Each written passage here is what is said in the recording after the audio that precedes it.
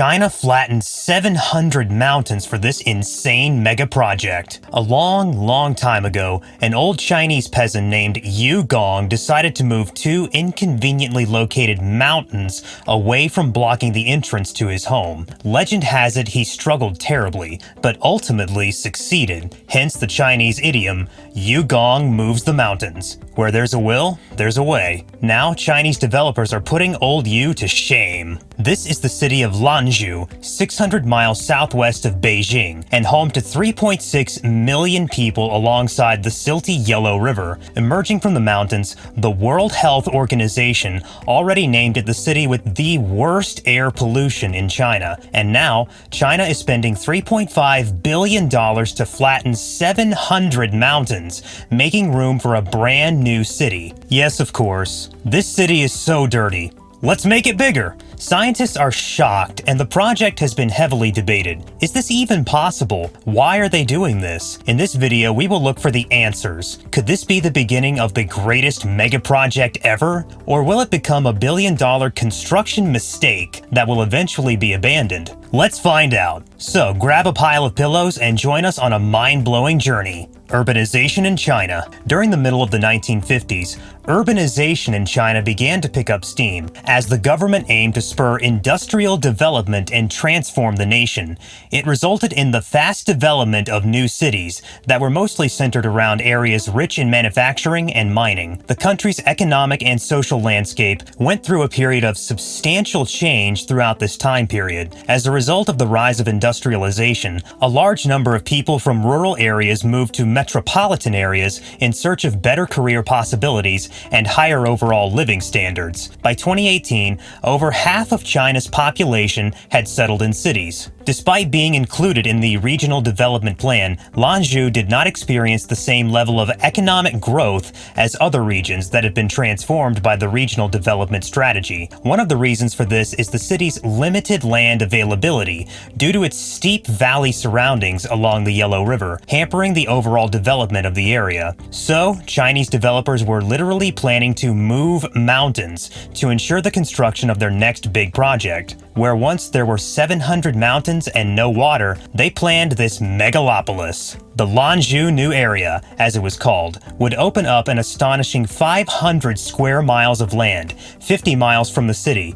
It was said to increase the area's gross domestic product to $43 billion by 2030. The impossible project. However, there was a problem. This project was going to be big, really big, with a total of 800 square kilometers of mountainous terrain. Experts faced a huge challenge. Their solution? Slice the tops off the mountains, fill in the valleys, and presto! Nice flat space. A total of 700 mountain peaks will be leveled to make way for the Lanzhou New Zone. But it wasn't that easy. Mountain flattening is an approach that has gained popularity in China in recent years, as the drive to develop bumps up against a limited amount of easy space on which to build. In cities such as Chongqing, Xi'an, and Yichang, tens of square kilometers of flatlands have now been created from hills. But a project of this size is something different. In what is being billed as the largest mountain-moving project in Chinese history, one of China's biggest construction firms,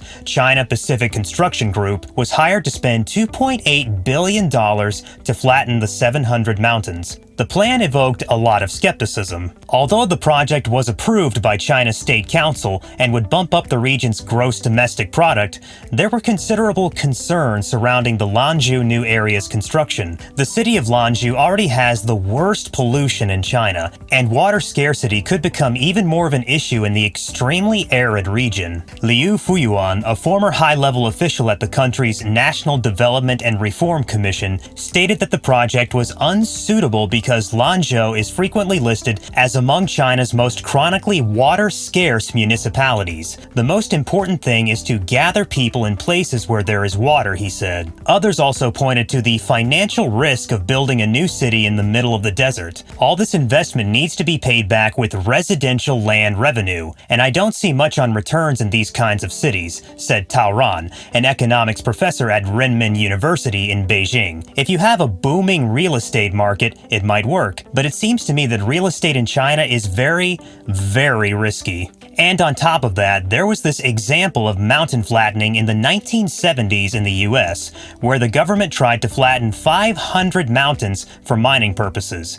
Unfortunately, the project caused numerous problems, such as health issues and pollution of drinking water. Even today, the government and activists are working there to restore the areas to their natural habitat. Nevertheless, executives from the company in charge of the project remained unconcerned. Our protective style of development will divert water to the area, achieve reforestation, and make things better than before, a spokeswoman dismissed criticisms. And so, they continued the project. Flatten the tops. The first stage of the mountain flattening initiative started in late October 2012. The government had mobilized over 6,000 workers and 3,000 excavators and dump trucks to perform the job. The basic idea was to cut off the mountain peaks and use the soil to fill the surrounding valleys, creating a flat surface for various facilities. During the project, work was temporarily halted because of air pollution levels caused by dirt from the excavation. No one had thought to damp the soil to stop it flying in the wind. However,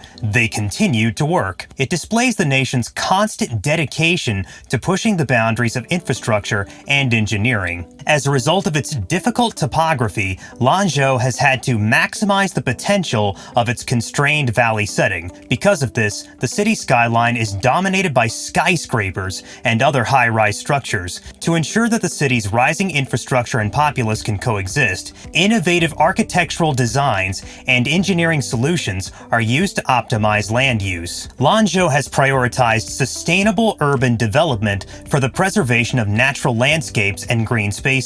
Green space was increased by 113,000 square meters, and 2 lakes and a wetland park are still in the process of construction. This method not only makes the city more beautiful to look at, but it also makes it safer and more pleasant to live in. The new area will lead to an environmentally sustainable economy based on energy-saving industries, including advanced equipment manufacturing, petrochemical industries, and modern agriculture. Additionally, Lanzhou new area will be connected to the modern Silk Road network and was planned to be a smart city supported by Huawei's technology in 2017. Into the future. Flattening mountains can cause all sorts of environmental problems. Landscape change can destabilize ecosystems and destroy habitats.